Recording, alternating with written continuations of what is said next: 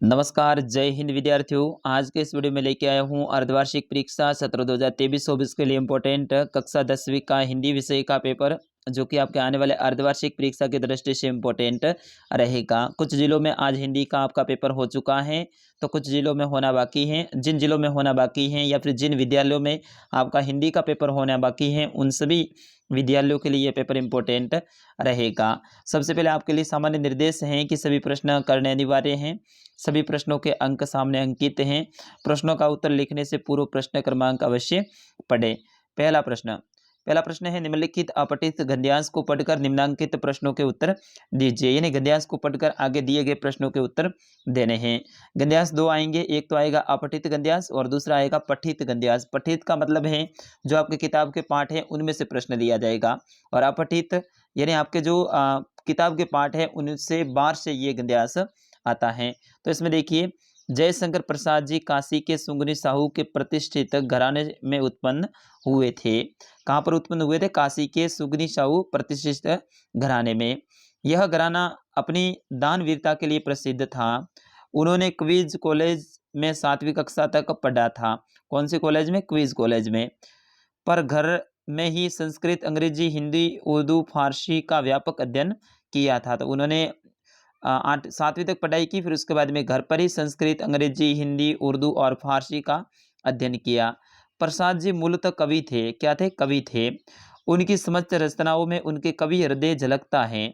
उन्होंने प्रारंभ में ब्रज भाषा में कविता लिखी। उनकी विदायनी कृतिज्ञ की समता का परिचय झरना में प्रकाशन से सांकेतिक रूप से मिला है। यहाँ तक सायावाद की प्रतिष्ठा का प्रश्न है, तो प्रसाद जी ने उनका बीजारोपण झरना में ही किया है, और झरना के पश्चात आंसू में प्रकाशन काव्य क्षेत्र में हिंदी के साहित्य की बहुत बड़ी घटना है। तो विद्यार्थियों, ये मैंने हिंदी का पेपर आपके लिए अपलोड किया था, उसमें यही गद्यांश मैंने डाला था, और बिल्कुल देख लो आप, अर्धवार्षिक में सेम टू सेम गद्यांश आया है। मैंने कक्षा 10 का एक हिंदी का पेपर अपलोड किया है, आपने नहीं देखा है तो उसको देखिएगा। सेम टू सेम यही गद्यांश मैंने उसमें डाला था, और ये आपके अर्धवार्षिक में आ चुका है। तो इसमें प्रश्न देखिए, उपयुक्त गद्यांश का उचित शीर्षक लिखिए। तो इस गद्यांश का आपको शीर्षक लिखना है। तो शीर्षक क्या हो जाएगा? जयशंकर प्रसाद। ठीक है। और फिर उसके बाद में अगला है, प्रसाद जी किस घराने से संबंधित थे? तो प्रसाद जी हैं वो किस घराने से संबंधित थे? तो यहाँ पे देखिए, उनका जो घराना है वो काशी का सुगनी साहू घराना था। कौन सा था? काशी का सुगनी साहू घराना था। तो इसका उत्तर ये हो जाएगा ख का। फिर उसके बाद में अगला है, प्रसाद जी ने सर्वप्रथम कौन सी भाषा में कविता लिखी? तो यहाँ पे देखो, प्रसाद जी ने सबसे पहले हैं वो ब्रज भाषा में कविता लिखी थी। कौन सी भाषा में? ब्रज भाषा में। तो यहाँ से लेकर यहाँ तक इसका उत्तर हो जाएगा। फिर उसके बाद में अगला है कि जयशंकर प्रसाद ने सायावाद के बीजारोपण किस रचना से किया? तो यहाँ पे देखिए, घ का आंसर है, प्रसाद जी ने उसका बीजारोपण झरना कविता में किया है। ठीक है ना, झरना में। तो इसका सही आंसर ये झरना हो जाएगा। और अंतिम है इसमें कि प्रसाद जी ने कौन सी भाषाओं का घर पर व्यापक अध्ययन किया? तो यहाँ पे देखो, उन्होंने, मैंने पहले ही कहा था, उन्होंने 7वीं तक पढ़ाई की है, फिर उसके बाद में संस्कृत, अंग्रेजी, हिंदी, उर्दू, फारसी का व्यापक अध्ययन घर पर ही किया। तो ये भाषाएं आपको लिखनी है। इन्हें पूरे पूरे उत्तर हैं आपको गद्यांश के अंदर ही मिल जाएगा। दूसरा प्रश्न है, निम्नलिखित अपठित काव्यांश को पढ़कर प्रश्नों के उत्तर दीजिए। तो ये भी अपठित है, यानी आपके जो पाठ है उनमें से नहीं लिया गया है, बाहर से लिया गया है।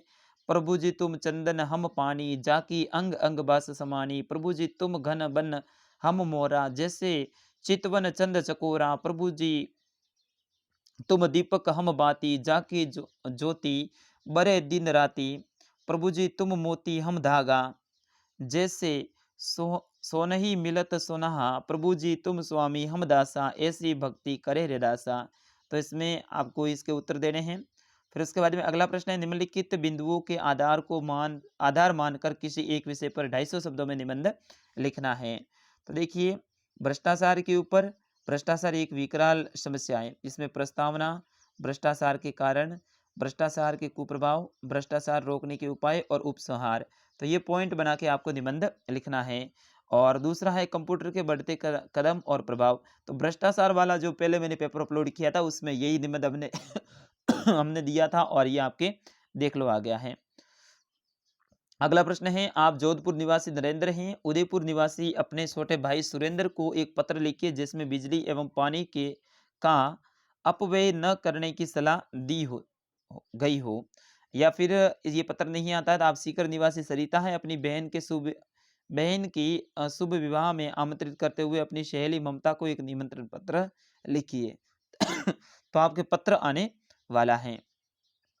फिर उसके बाद में पांचवा प्रश्न है, समास की परिभाषा लिखिए। छठा है, अनु उपसर्ग से बनने वाले कोई तीन शब्द लिखिए। रामायण और वागीश्वर शब्द का संधि विच्छेद कीजिए। फूंक से पहाड़ उड़ाना मुहावरे का अर्थ बताते हुए वाक्य में प्रयोग कीजिए। नवा प्रश्न है, प्राधीन सपने सुख नहीं लोकोक्ति का अर्थ लिखिए। और 10वां प्रश्न है कि निम्नलिखित गद्यांश को पढ़कर पूछे गए प्रश्नों के उत्तर दीजिए। तो गद्यांश 2 आने वाले मैंने पहले ही कहा था, तो ये आपके किताब वाला गद्यांश है। कार्तिक आया नहीं, बाल गोविंद भगत की प्रभातियां शुरू हुई जो फाल्गुन तक चला करती, इन दिनों वह सवेरे ही उठते, न जाने किस व्यक्त जाग कर नदी स्नान को जाते, गांव से 2 मील दूर वहां से नहा धोकर लौटते और गांव के बाहर ही पोखरे के ऊंचे भिंडे पर अपनी खडंडी लेकर जा बैठते और अपने गाने टेरने लगते। मैं शुरू से ही देर तक सोने वाला हूँ, किंतु एक दिन माघ की उस दांत कीट कटाने वाली भोर में भी उनका संगीत मुझे पोखर पर ले गया। तो इसमें देखिए प्रश्न है, भगत जी की प्रभातियां कब से कब तक चलती थी? पोखर शब्द का अर्थ क्या है? भगत जी का कौन सा वाद्य यंत्र है? भोर में लेखक पोखर पर क्यों गए?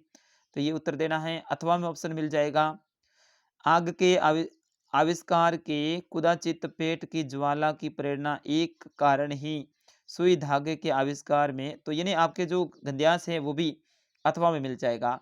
प्रश्न संख्या 11 है, निम्नलिखित पद्यांश को पढ़कर पूछे गए प्रश्नों के उत्तर दीजिए। तो 2 गद्यांश और 2 पद्यांश यानी आपके लिए तो वरदान साबित होने वाला है।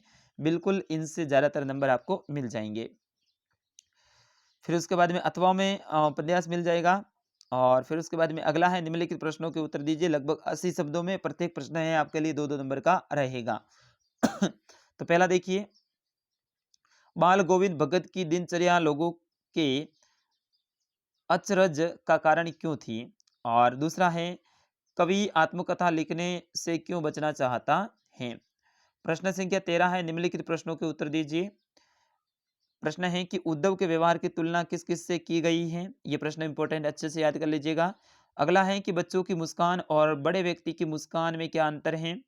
प्रश्न संख्या ग है इसमें कि नौसिखिया शब्द का अर्थ होता है और इसी में घ में आंसर आपका प्रश्न है। लक्ष्मण के कुल में किन किन पर वीरता नहीं दिखाई जाती है और क्यों? और अंतिम रहेगा इसमें कि महाकवि सूरदास का परिचय संक्षेप में लिखिए, यानी कवि परिचय भी आपको लिखना है। अगला प्रश्न है प्रश्न संख्या 14, निम्नलिखित प्रश्नों के उत्तर दीजिए। इसमें देखिए, गंतोक को मेहनत कश बादशाहों का शेर क्यों कहा गया है? अगला है कि आमोल किसे कहते हैं? अगला है कि माता का आंचल पाठ से बाल स्वभाव की किस विशेषता का पता चलता है? तो इन प्रश्नों को भी अच्छे से याद कर लीजिएगा। प्रश्न संख्या 15 है, लेखक ने अपने आप को हिरोशिमा के विस्फोट का भोक्ता कब और किस तरह महसूस किया? अथवा में ऑप्शन मिल जाएगा, भोलानाथ और उनके साथियों के खेल और खेलने की सामग्री आपको खेल और खेलने की सामग्री किस प्रकार भिन्न है? तो इस तरह से ये आपका कक्षा 10 का हिंदी का पेपर है। इसे ज़्यादा से ज़्यादा शेयर कीजिएगा। जिन विद्यालयों में आपका पेपर नहीं हुआ है वहाँ पे ये पेपर इम्पोर्टेंट रहेगा उन विद्यार्थियों के लिए, क्योंकि ज़्यादातर प्राइवेट विद्यालयों में अभी तक आपके हिंदी का पेपर नहीं हुआ है, तो उनके लिए इम्पोर्टेंट रहेगा। तो मिलते हैं अगले वीडियो में, तब तक के लिए नमस्कार, जय हिंद, वंदे मातरम।